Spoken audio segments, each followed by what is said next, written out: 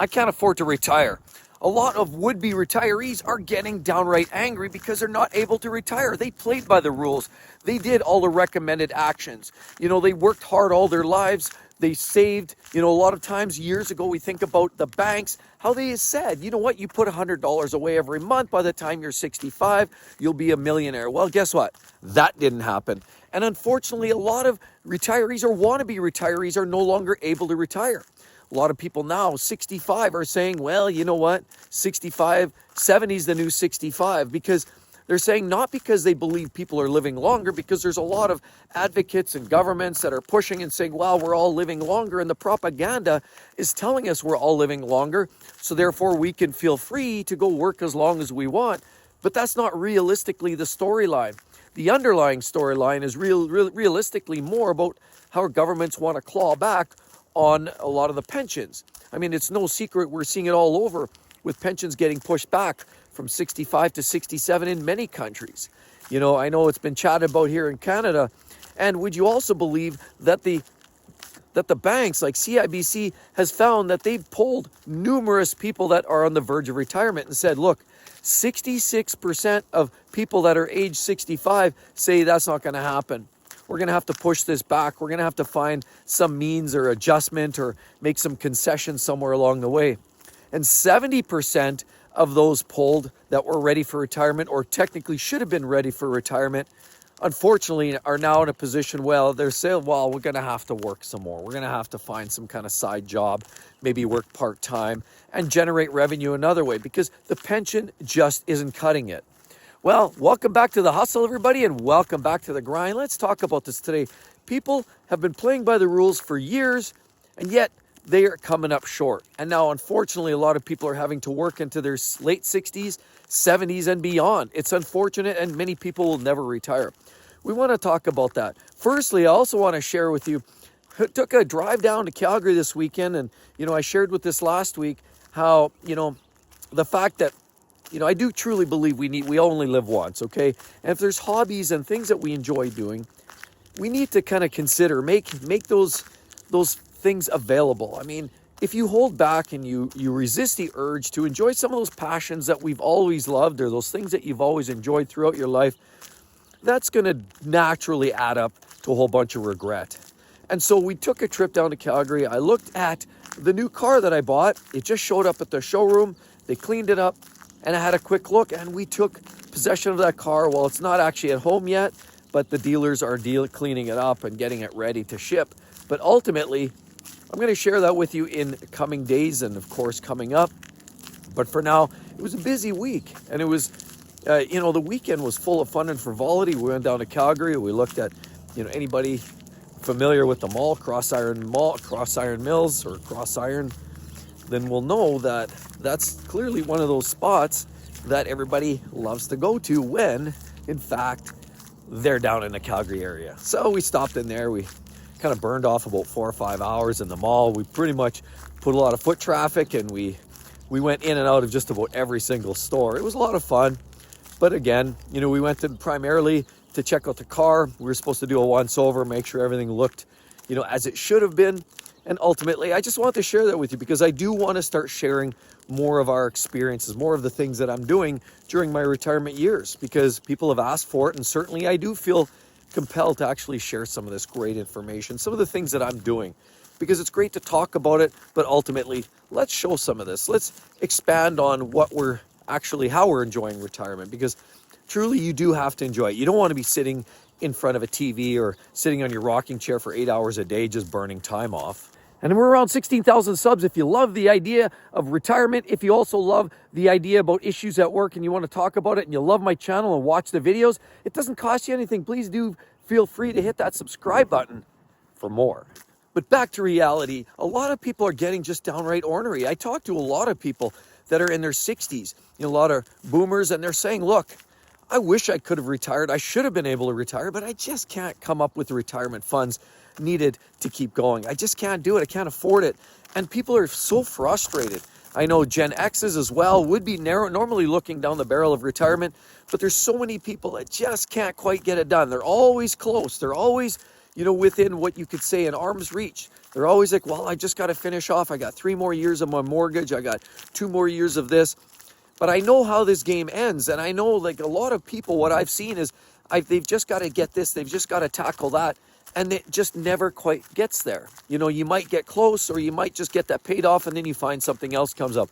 All of a sudden, you've got to spend 15 grand on some shingles, and your car just wore out. Now, all of a sudden, you're into hawk again, and a lot of people are just finding that.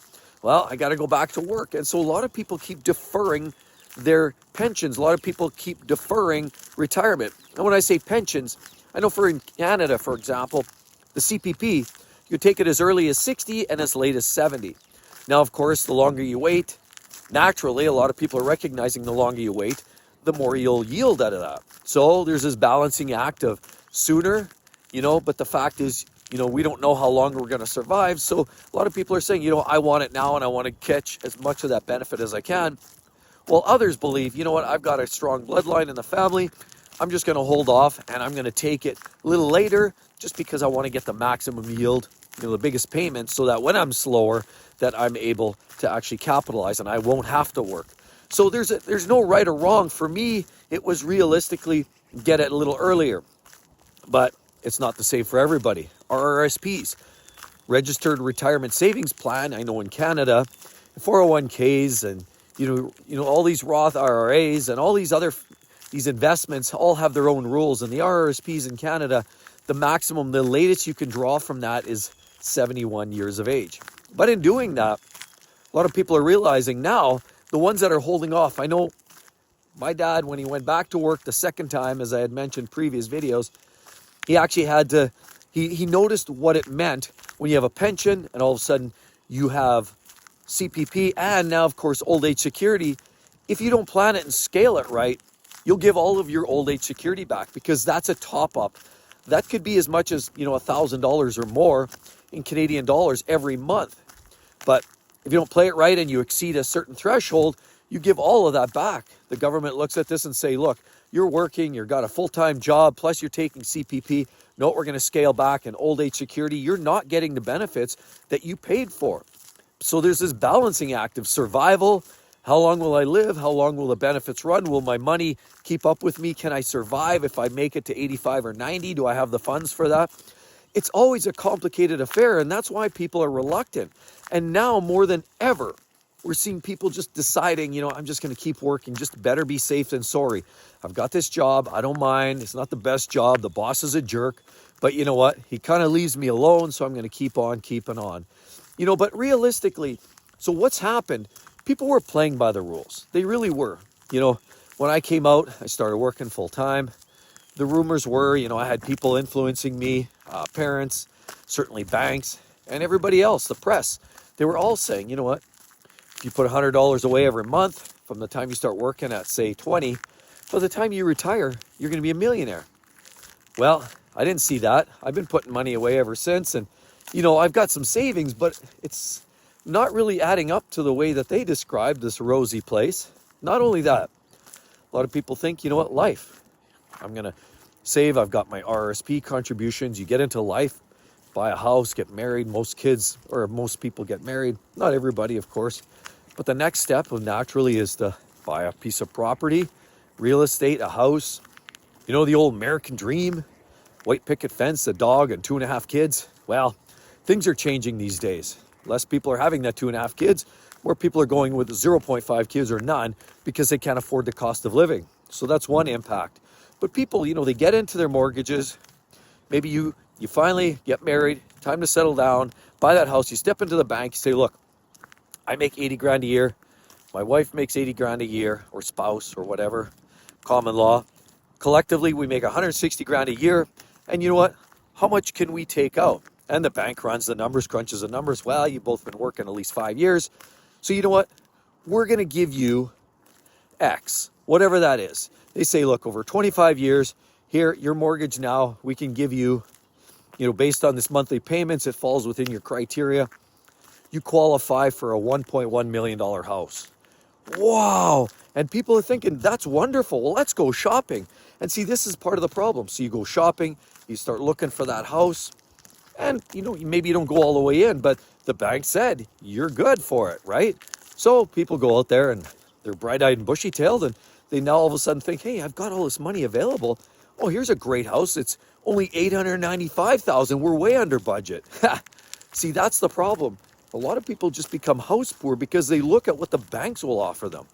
Well, remember what the banks are doing here in the last 3 or 4 years, overextending people, creating these loans that were 84 months, 96 months, these long 7-8 year loan terms, and getting people in these long loan terms. They were going underwater, negative equity, and people were losing money left, right, and center. Repossessions are up.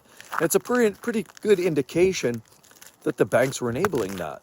The same thing kind of is happening with the housing. A lot of people, they need a house, they want a house, they look, how much can we get? They don't think, how much can I afford? They think, how much can I get?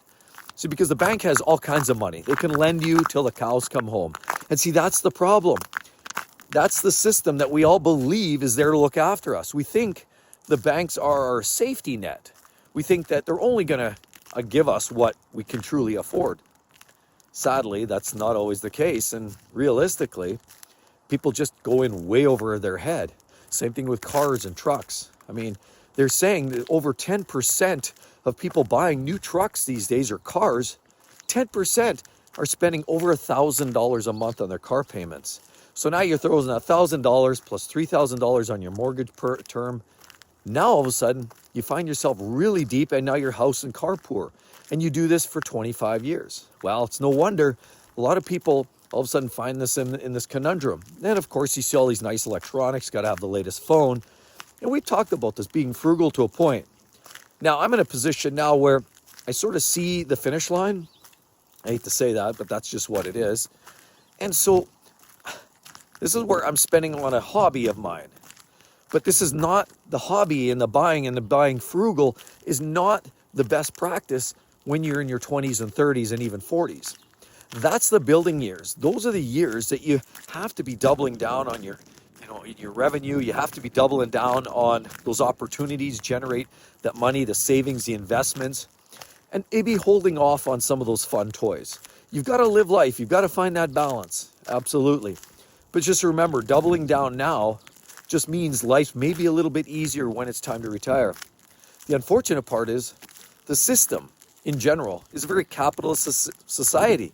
And we all love shiny new toys. We love electronics. We love cars and boats and houses. And that's all wonderful. It's great. It's great that that's available.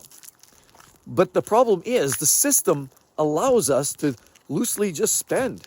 And so a little self-control is actually what it takes, because the system will allow you to take out a $1.1 million loan or mortgage. The banks will enable you to buy a $95,000 pickup truck and spend $1,200 a month. The system is allowing that. And then push come to shove, you blink, you grind out those years. Next thing you know, you blink, you're 55 and thinking, hey, can I early retire? Oh, not even close. Still got 10 years on the mortgage. I got this $95,000 car loan. Not a chance. And then that's where people are coming to. And then they wonder what's going on. But people are getting angry because they thought they were playing by the rules. They thought they were doing everything based on what the government was telling them, what the banks were saying, you're good for this, what you're good for that, you can afford it, it's all good. But then on the other hand, you have a different bunch of bankers that are trying to look at your investments and saying, whoa, wait a minute. You're 65 now. I don't think you can retire. I don't think you have the money there for that. See, because if the decision to retire all of a sudden happens at 50 and you have $0 in the bank account, this is a hard pill to swallow, but it's almost too late at that point. I mean, if you don't have some form of investments or some sort of pension lined up, that's going to be a tough go.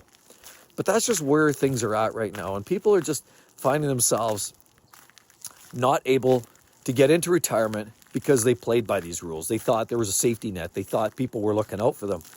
And realistically, what we find is that's not the case at all. Anyway, hope everybody enjoyed that. I'd love to hear your thoughts on this one. It's a touch and go, touchy subject, but the exercise restraint, work hard in the early parts of life so life's a little bit easier later on. Anyway, hope to see each and every one of all of you tomorrow. Have a wonderful day. Bye-bye.